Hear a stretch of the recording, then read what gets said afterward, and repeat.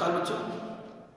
दीपावली के बाद दोबारा जब ऑनलाइन क्लासेस में हम लोग उपस्थित हुए हैं, आज हम मार्केटिंग यानी विपणन के एक नए टॉपिक पर बात करने जा रहे हैं। विपणन अवधारणा, मार्केटिंग कंसेप्ट। देखो, अभी तक हम लोग पढ़ते हैं मार्केटिंग क्या है, ये मार्केटिंग का कंसेप्ट आया कहाँ से है, इसको क्यों जो है वो मैनेजमेंट के अंदर लिया गया, इसका सबसे बड़ा कारण क्या था। पहले बात करते हैं मार्केटिंग अवधारणा क्या है, हम इस पर बात करते हैं। क्यों और क्या पर तो हम बाद में बात करेंगे। विपणन अवधारणा किसी संस्था की ग्राहक अभिमुखी दर्शन है जिसमें ग्राहकों की इच्छाओं की संतुष्टि तथा समस्याओं के समाधान को सर्वोपरि स्थान देते हुए संगठनात्मक लक्ष्यों की पूर्ति का प्रयास किया जाता है। यानी मार्केटिंग कंसेप्ट जो है वो क्या है, जिसके अंदर हम कस्टमर जो है उसको हम संतुष्ट करते हुए हम अपने ऑर्गेनाइजेशन के गोल जो है यानी उद्देश्य जो है उसको हम अचीव यानी जो है उसको पूरा करते हैं।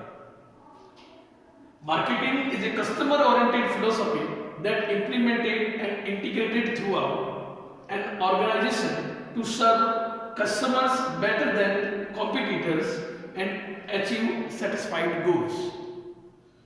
हम लोग स्पेसिफाइड गोल्स, हम जो है वो ऑर्गेनाइजेशन के गोल जो है वो अचीव कर रहे हैं।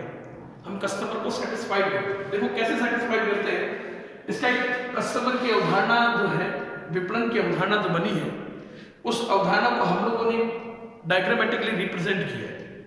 सबसे पहले हम आइडेंटिफाई करते हैं कस्टमर की नीड और वांट क्या है, यानी उपभोक्ता की आवश्यकताएं और जो इच्छाएं जो है उसकी हम जानकारी देते हैं।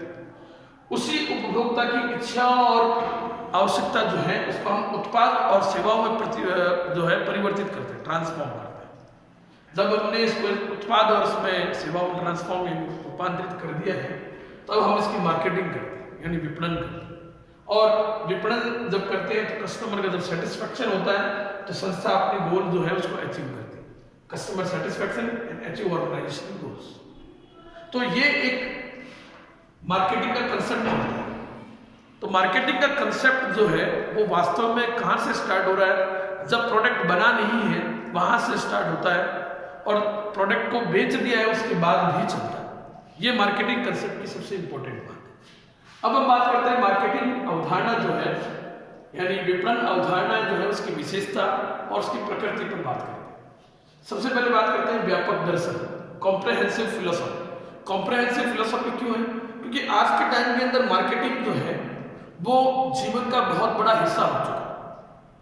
तो मार्केटिंग को हम अप्लाई सभी जगह करते हैं, चाहे गवर्नमेंट ऑर्गेनाइजेशन है, नॉन गवर्नमेंटल ऑर्गेनाइजेशन है, profit making, non profit making, चाहे वो कोई ट्रस्ट भी है, चैरिटी ट्रस्ट भी है, वो लोग भी आजकल मार्केटिंग करते हैं।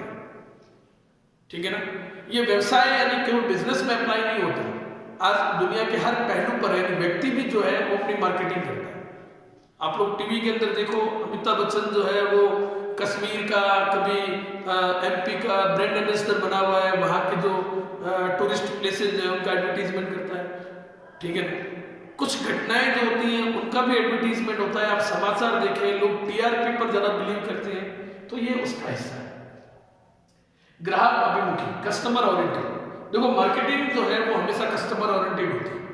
फिजिकल क्लासेस में जब हम एक दूसरे से बात करेंगे तब आपको बताएंगे वो कस्टमर ओरिएंटेड कैसे है।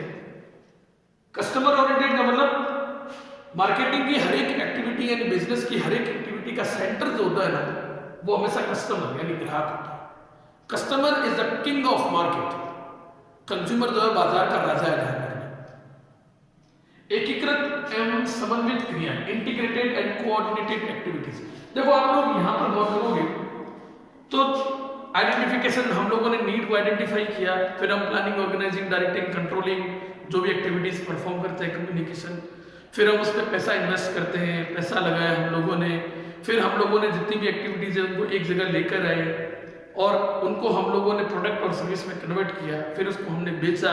ये सभी जो है यानी हमने उत्पाद को बनाने से पूर्व यानी प्री मैन्युफैक्चरिंग से लेकर हम लोगों ने मैन्युफैक्चरिंग तक उसकी प्राइस कितनी आई, हम उसको कितना प्रॉफिट कमाएंगे, लोग कितने रुपए के अंदर प्रोडक्ट को लेना चाहते हैं, यानी हम प्राइस डिटर्मिनेशन उसका जो है हम लोग एक स्थान से दूसरे स्थान पर जब पहुंचाते हैं, ट्रांसपोर्टेशन करना है, और उसको किस पैकिंग के अंदर देना, ये सब एक्टिविटीज जो है उसको हम कोऑर्डिनेट करते हैं, लोग क्या चाहते हैं उसके अकॉर्डिंग। और फिर बाद में हम लोग उत्पाद नियोजन और विकास का भी पार्ट है। अवधारणा जो है वो पार्ट कैसे है, क्योंकि हम लोगों ने यहाँ पर नीड को किस में कन्वर्ट किया, प्रोडक्ट में। तो हम लोगों ने प्रोडक्ट की प्लानिंग ही तो की है, हमने उसका ही तो डेवलपमेंट किया है कि कस्टमर क्या चाहता है। फिर बात करते हैं विपणन शोध और नवीनीकरण यानी मार्केटिंग रिसर्च एंड इनोवेशन। देखो मार्केटिंग रिसर्च कहते हैं जब हम कस्टमर की नीड को आइडेंटिफाई करते हैं तो हम क्या करते हैं, लोगों से पूछते हैं आप कौन सा प्रोडक्ट चाहते हो, क्या सर्विस चाहते हो। आप लोग अभी एयरटेल का एडवर्टीजमेंट देखो, वो अपने प्रोडक्ट को बेस्ट से बेस्ट बनाने के लिए अपने एडवर्टीजमेंट के अंदर लोगों तक पहुंच रहा है, अलग अलग जगहों पर, कश्मीर पहुंच रहा है, कभी राजस्थान पहुंच रहा है, कभी किसी और स्टेट में पहुंच रहा है, और वहां बता रहा है कि लोग हमारे प्रोडक्ट के अंदर जो है उसके अंदर कोई समस्याएं नहीं। वो क्या है, मार्केटिंग रिसर्च ही तो कहलाती है। और उससे वो अपने नए प्रोडक्ट का इनोवेशन, नई सर्विसेज देता है। आप लोग देखो, एक एयरटेल थैंक्स कह दो या जियो ऐप कह दो, उनके थ्रू आज आप अपने फ़ोन के बिल भर सकते हो, आप मोबाइल को रिचार्ज कर सकते हो, आप कोई भी चीज़ जो है ना उसका पेमेंट कर सकते हो, आप टीवी देख सकते हो उसके अंदर, आप उसके अंदर फिल्म देख सकते हो। ये सब चीज़ कहाँ से आई है, ये नवीनीकरण या इनोवेशन कहाँ से है, विपणन से तो आया, मार्केटिंग से तो मिला है। दीर्घकालीन सफलता, देखो जब कस्टमर सेटिस्फाइड होता है तो हमेशा लॉन्ग टर्म बेनिफिट होता है। रिलायंस लंबे समय तक चला नहीं, ध्यान रखना, लेकिन रिलायंस जियो चल रहा है, कारण क्या है, कस्टमर सेटिस्फैक्शन, सबको बीट किया है, उसे बीट करते हुए आगे।